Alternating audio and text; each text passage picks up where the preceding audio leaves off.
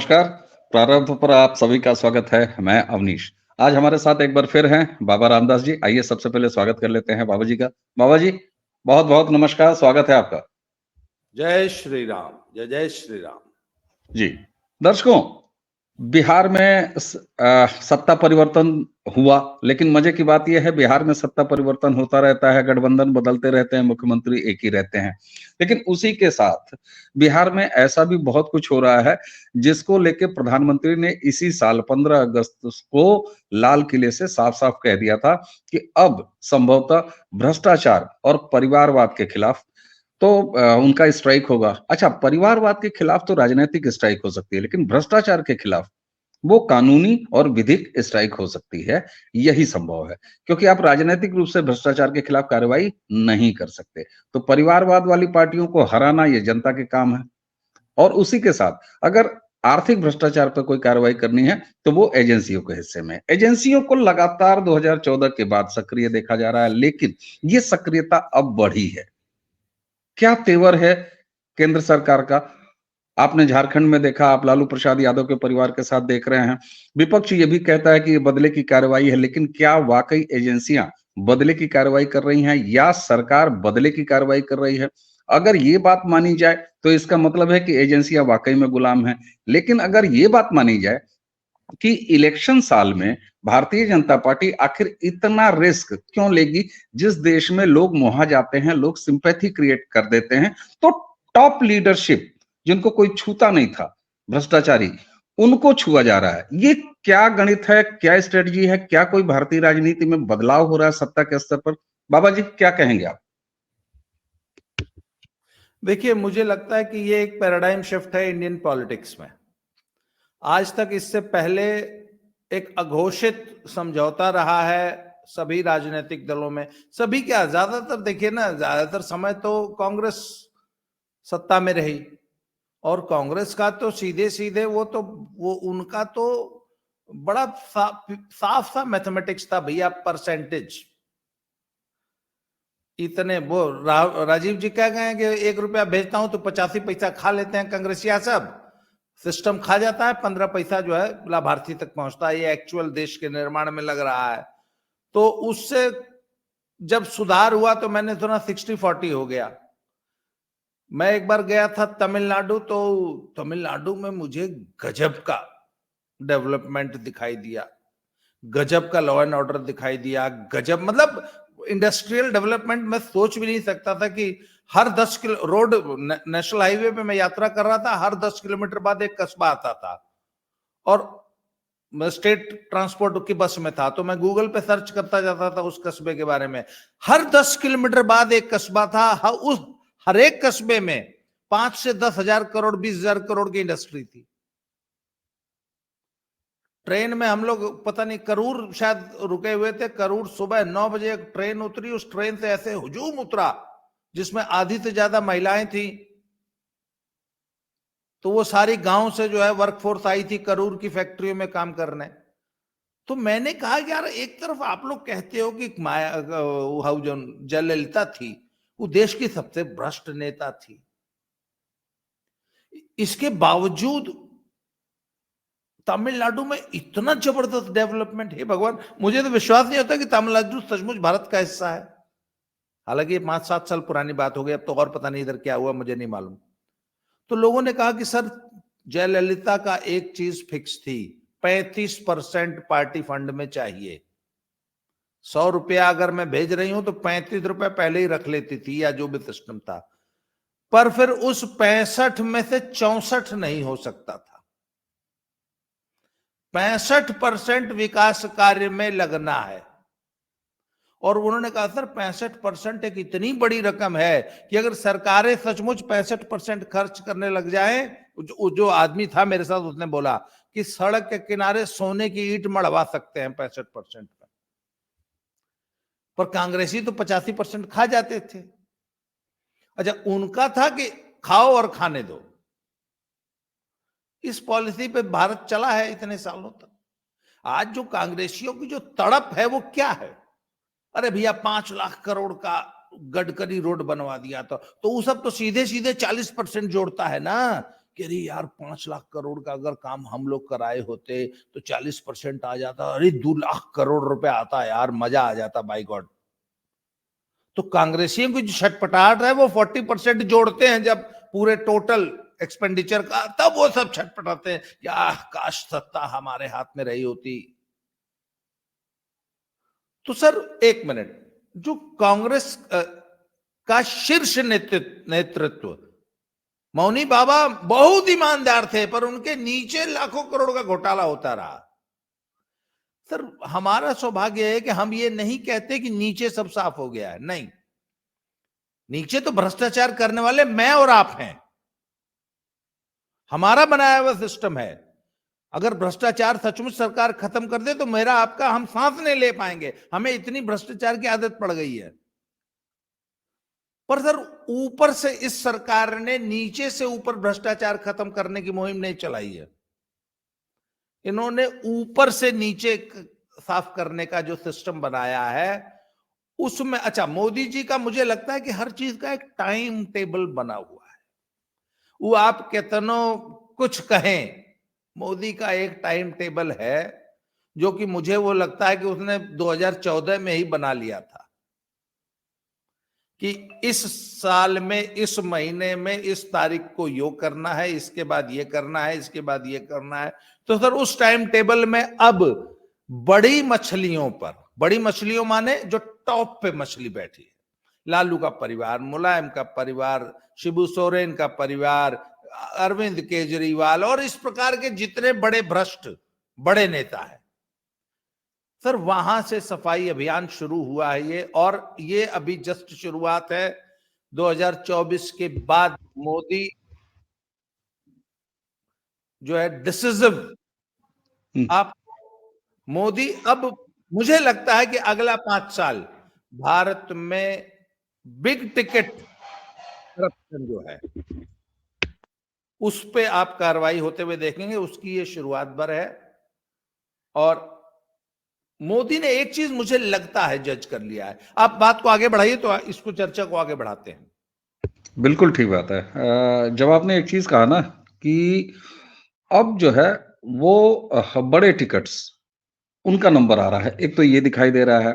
दूसरा आपने एक बात कही कि राजनैतिक नफा नुकसान, आपने कहा ना कि चुनाव को कौन सा चुनाव होगा, कौन सा चुनाव नहीं होगा, वो सामने नहीं। ये सामान्य तौर पर ये कह दिया जाता है, साहब देखिए इलेक्शन आ रहा है, अब ईडी और सरकारी एजेंसी अपना कार्रवाई।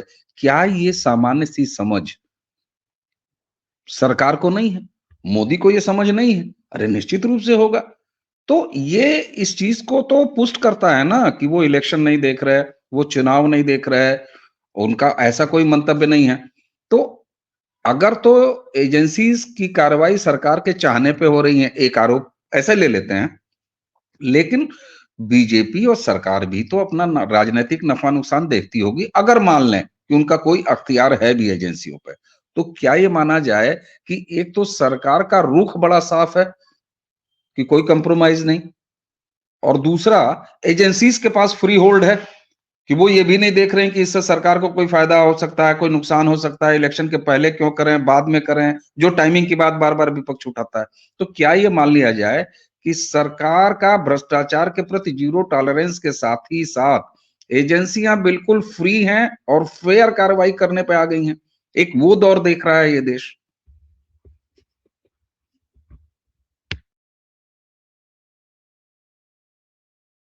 मैं ये तो नहीं मानता हूं कि एजेंसियों को सचमुच मोदी ने 100% फ्री हैंड दे दिया होगा, परंतु मोदी सरकार की को एक बात समझ में आ गई है कि अब भ्रष्टाचारियों को जेल में ठूंसने पर उनके पक्ष में जो पुराने जमाने में सहानुभूति लहर चल जाती थी, अब वो, एक तो वो सहानुभूति लहर नहीं है, पहला। दूसरी बात है कि सर पुराने जमाने में इन भ्रष्टाचारियों की मनी ट्रेल को पकड़ लेना और उस भ्रष्टाचार को सिद्ध कर लेना और उनको सजा दिला लेना, इसका मैकेनिज्म बहुत अच्छा नहीं था। पर जब से ये डिजिटल मनी, डिजिटल सब कुछ हुआ है, तो ईडी के लिए अपेक्षाकृत आसान हो गया है कि ईडी मनी ट्रेल एस्टैब्लिश करने में कामयाब हो जा रही है। इसीलिए लोग बताते हैं कि 97% है सक्सेस रेट ईडी का, कि 97% केसेस में ईडी जो है वो सजा दिलवाने में कामयाब हो रही है। और सर मेरे एक मित्र है, वो इसी एनफोर्समेंट डायरेक्टरेट में मिड लेवल ऑफिसर है, वो मुझे बता रहे थे कि देखिए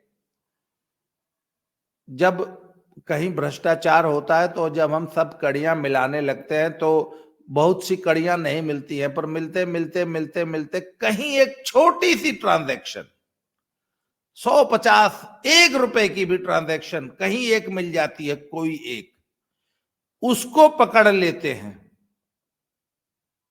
कहीं लाख 2 लाख रुपए की मिल गई, फिर उसको पकड़ के जब रस्सी की तरह खींचना शुरू करते हैं तो उसके पीछे पीछे पीछे उसके सहारे घुसते घुसते घुसते घुसते अंदर घुस जाते हैं और मेन किंगपिन तक पहुंच जाते हैं। तो जो मनी ट्रेल एस्टैब्लिश करने में जो ईडी की कामयाबी है, इसने एक तो विद प्रूफ कोर्ट के सामने सजा दिलाने लायक एविडेंस इकट्ठा करके पेश करना शुरू कर दिया है ईडी ने। पहली सफलता तो यह है पिछले 5-10 सालों में जो ये हुआ है।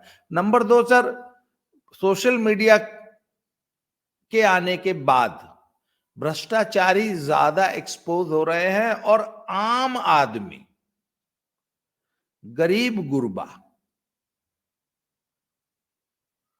को तक जब सोशल मीडिया की पहुंच हो गई और आम आदमी उस पर कमेंट करने लगा है। सर सोशल मीडिया जब फ्री हुआ ना, तो अब अब आम आदमी को यह भी समझ में आने लग गया है कि कौन एजेंडा चला रहा है, कौन सच बोल रहा है, क्योंकि वो हर किस्म का चैनल देख रहा है ना। वो सुपारी मीडिया भी देख रहा है, गोदी मीडिया भी देख रहा है, वो हमारे जैसे स्वतंत्र टिप्पणीकारों को भी देख रहा है। अच्छा सर,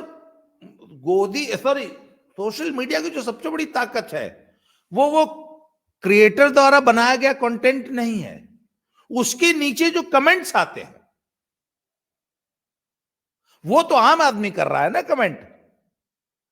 सर कंज्यूमर को उससे बड़ी क्लैरिटी आ रही है। मैं तो जानता हूं कि 90% लोग सिर्फ कंटेंट ऊपर का नहीं देखते, पढ़ते, सुनते हैं, वो कमेंट्स भी पढ़ते हैं कि तुम क्या बकवास कर रहे हो, इससे उसको बहुत ज्यादा मतलब नहीं है, लोग नीचे क्या बोल रहे हैं। सर सच्चाई असल में नीचे से निकल के आती है। और अब आम पब्लिक ने सर फिल्टर लगा लिया है, यहां पे वो फिल्टर करना सीख गया है। मैं पारोली सिकरवार गांव में रहता हूं सर, मैंने गांव में लोगों को बहुत ध्यान से यूट्यूब के प्रोग्राम सुनते देखा है। तो सर ये जो है ना, ये चीज आम आदमी को जो एम्पावर किया है सोशल मीडिया ने, तो अब भ्रष्टाचारियों के पक्ष में इतनी कोई सहानुभूति लहर नहीं चलने वाली है। बिल्कुल। मोदी सरकार अच्छा, इस बात को समझ गई है। ये आपने बल्कि मोदी ने लंबी लकीर खींच दी है। मोदी ये कब कहते हैं कि मैंने देश का पूरा भ्रष्टाचार खत्म कर दिया, पर मेरी जो लीडरशिप है ऊपर के लेवल पर भ्रष्टाचार नहीं है। मोदी राज में ऊपर के लेवल का भ्रष्टाचार, आज मोदी के ऊपर आप भ्रष्टाचार का कोई आरोप चिपका नहीं सकते। इसलिए मोदी निर्द्वंद होकर काम कर रहे हैं। चुनाव से पहले भी सोरेन को पकड़ ले रहे हैं। एकदम ठीक बात आपने 2-3 चीज कही। एक तो भ्रष्टाचार ऊपर से खत्म किया जा रहा है, जिसमें बड़े टिकट पकड़े जा रहे हैं, एक तो ये। दूसरा, मोदी खुद चूंकि दागदार नहीं है, आप उनकी कम से कम फाइनेंशियल क्रेडिबिलिटी पर कोई सवाल पिछले इस 9 साढ़े 9 और अब तो 10 साल होने जा रहे हैं, वो नहीं उठ सकता। लेकिन उसी के साथ साथ अब ये भी है कि वो बिल्कुल कमिटेड है। इस समय सरकार कमिटेड है, वो चुनाव नहीं देख रही, वो राजनीति नहीं देख रही, वो नफा नुकसान नहीं देख रही। और तीसरी जो बड़ी इंपॉर्टेंट बात कही, देखिए सरकार में जो भी है वो भी पार्टी ही है। मोदी को भी चुनाव जीत के आना है। उनको पता है कि 24 का चुनाव वो लड़ने जाएंगे, और लड़ेंगे तो मोदी चुनाव जीतने के लिए लड़ते हैं।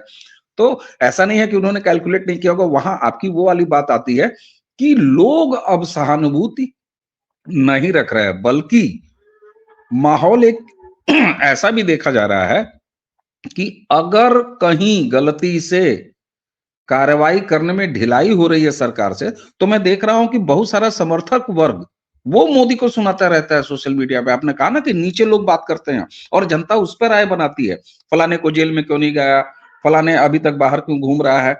एक जो ये चीज होती है। अच्छा, अब इसका होता है ना, किसी भी क्रिया का एक प्रतिक्रिया होती है।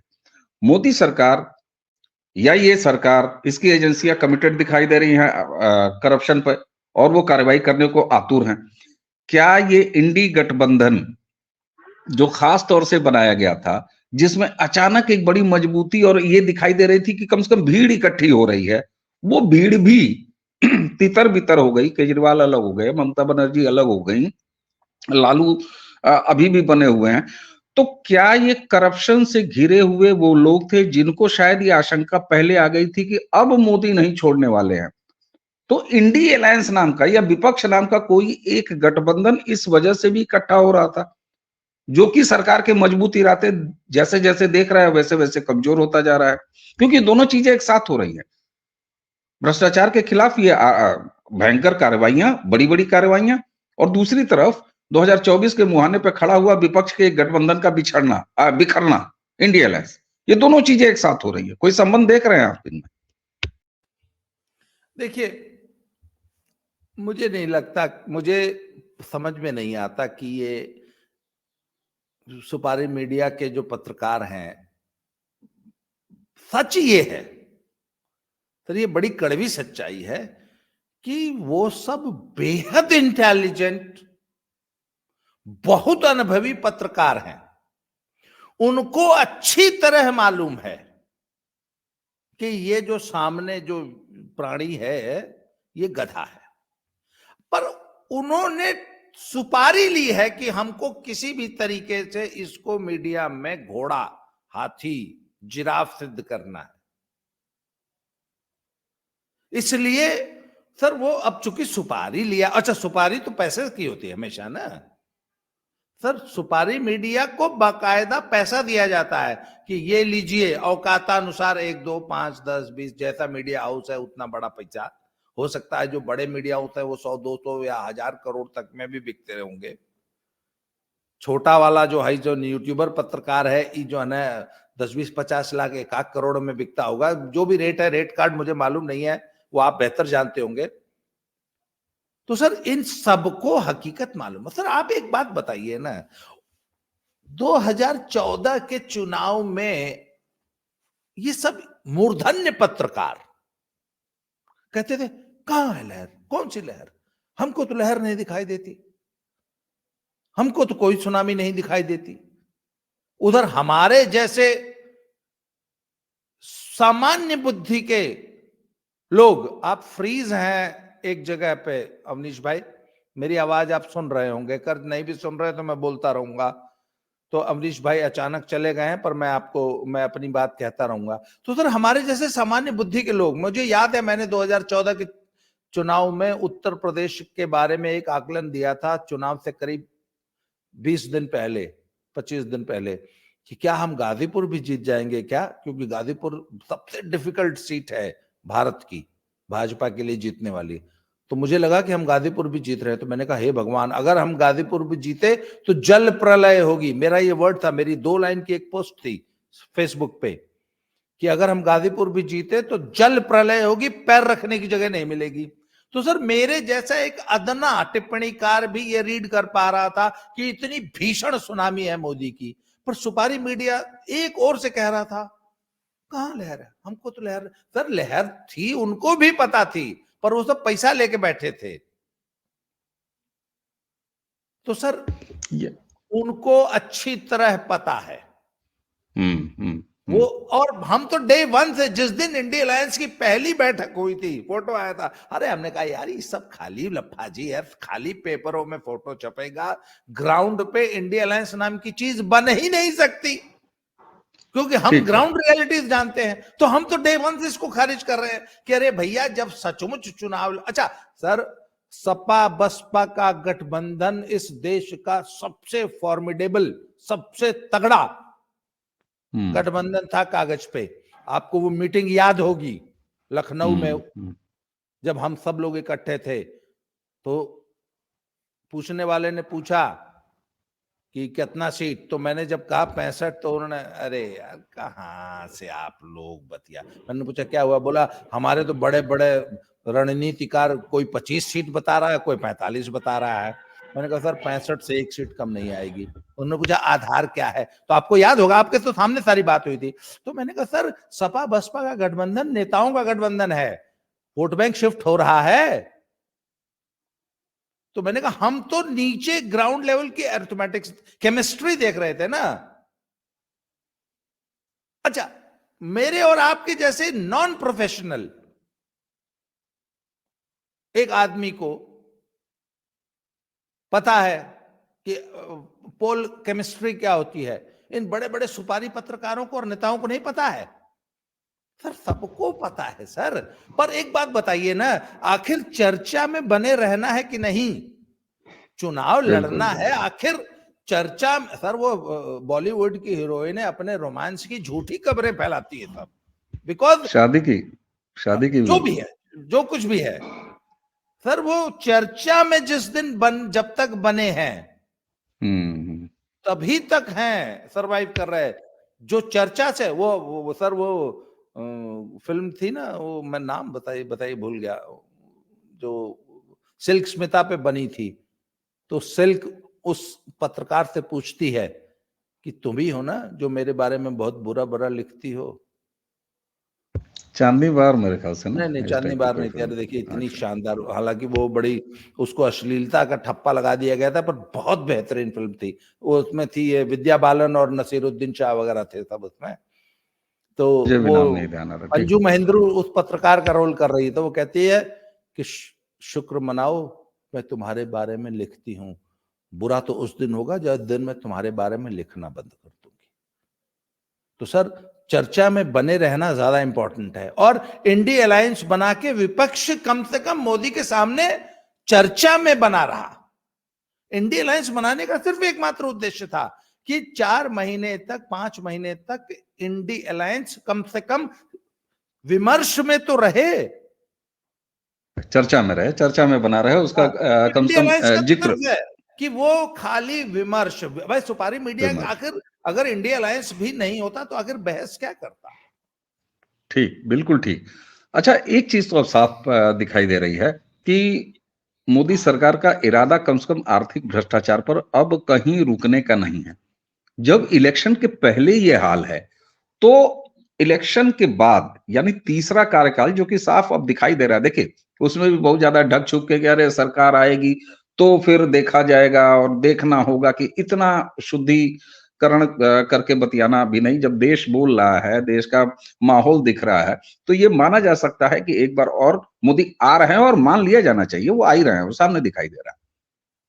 तीसरा कार्यकाल, जो नरेंद्र मोदी चुनाव से पहले एक आम धारणा की इलेक्शन से पहले जरा इस तरह का रिस्क मत लो, उसकी विवेचना आपने कर ही दी कि कोई सिंपैथी अब भ्रष्टाचारियों को कम से कम देश में मतदाता के एंड पर नहीं मिल रहा है। शायद ये है तो वजह है कि मोदी सरकार अब इस तरीके से काम कर रही है, अटैक कर रही है। अगर इलेक्शन के पहले ही ये सब हाल है, तो तीसरे कार्यकाल के बाद इकोनॉमिक रिफॉर्म्स भारत में नागरिकों के स्तर पर, कार्रवाइयों के स्तर पर, अभी बड़े टिकट, उसके बाद कितने नीचे, और ये आर्थिक सुधार आप कितना देख रहे हैं मोदी के तीसरे टर्म में, जो कि साफ आता हुआ दिखाई दे रहा है। कितने अटैकिंग और कितने बुलंद और कितने कड़क हो जाएंगे मोदी चोरी ओरी को लेके। सर जिस दिन नोटबंदी हुई थी उसके 3 दिन बाद, 2 दिन बाद जब मोदी वापस आए हैं देश में, तो यहां बहुत हड़कंप मचा हुआ था। और ऐसा, हालांकि ऐसी बातों की पुष्टि नहीं हो सकती, सिर्फ मतलब अपुष्ट खबरें थी कि भाजपा के 200 के करीब सांसदों ने विद्रोह कर दिया था, ऐसा बताया गया था, क्योंकि उन सबों का भी जो है बहुत मोटा नुकसान हुआ था, बहुत से सांसदों का, और विपक्ष का तो जो हुआ था तो हुआ ही था। तो सर, आपको याद होगा कि मोदी जी ने गोवा में एक भाषण दिया था, याद है? गोवा में मोदी जी बोले थे कि मैंने ऐसे लोगों से पंगा ले लिया है जो कि, हाँ, याद है? मैंने ऐसे लोगों से पंगा ले, मुझे एग्जैक्टली जी वर्ड जी, तो बिल्कुल याद नहीं। बिल्कुल, जनसभा में कहा था उन्होंने। मोदी ने एक वील्ड धमकी दी थी पूरे सिस्टम को, वील्ड, सरेआम तो नहीं दी थी, क्योंकि जब मोदी के खुद के 200 सांसद विद्रोह, मतलब वो तो सरेआम, इट वाज अ कू। तो मोदी ने बोला था कि पूरे देश की प्रॉपर्टी और पूरे देश का सोना आधार से लिंक करा दूंगा, नियम बना दूंगा कि देश का एक एक खूंट जमीन और एक एक ईंट आपको डिक्लेयर करनी है कि किस व्यक्ति की है, और वो तो सरकार के पास रिकॉर्ड है।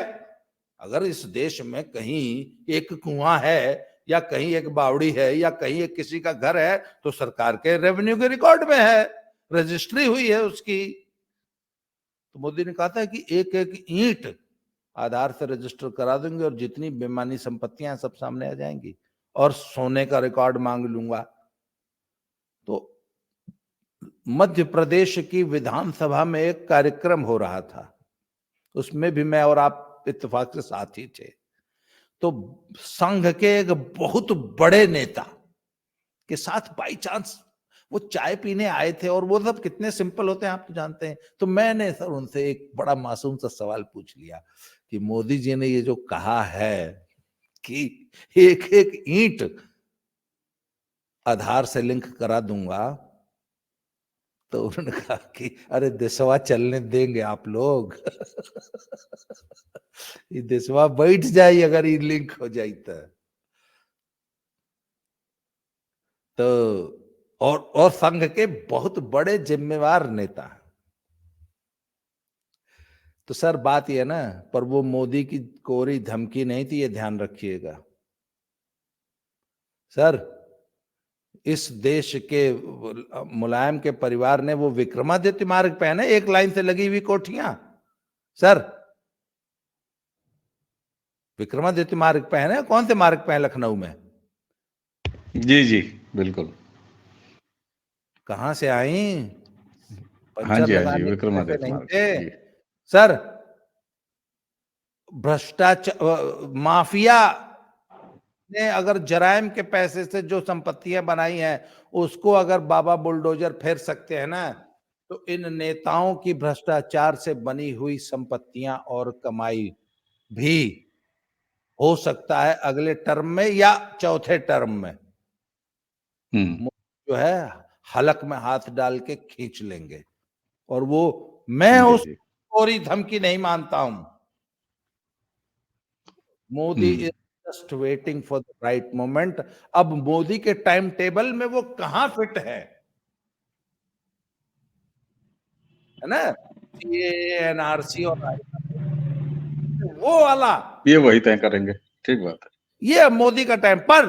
सर अल्टीमेटली बात यहां तक जाएगी, वो मैं तो फकीर हूं, झोला उठा के चल दूंगा, पर वो झोला उठा, उस झोले में बहुत बड़े बड़े नेताओं की संपत्तियों की रजिस्ट्री होगी जी। आप कुछ बिल्कुल कह रहे ठीक बात है, और वो दिखाई भी दे रहा है, क्योंकि देखिए ये ये सारा फैक्टर जो कि विपक्ष आरोप लगाएगा कि साहब जो है इलेक्शन के ठीक पहले ऐसा क्यों, अरे तो ये बात तो अगले पर भी लागू होती है कि इलेक्शन के ठीक पहले तुम्हारे लिए जो है सिंपैथी का कोई अवसर वो नेता क्यों देगा।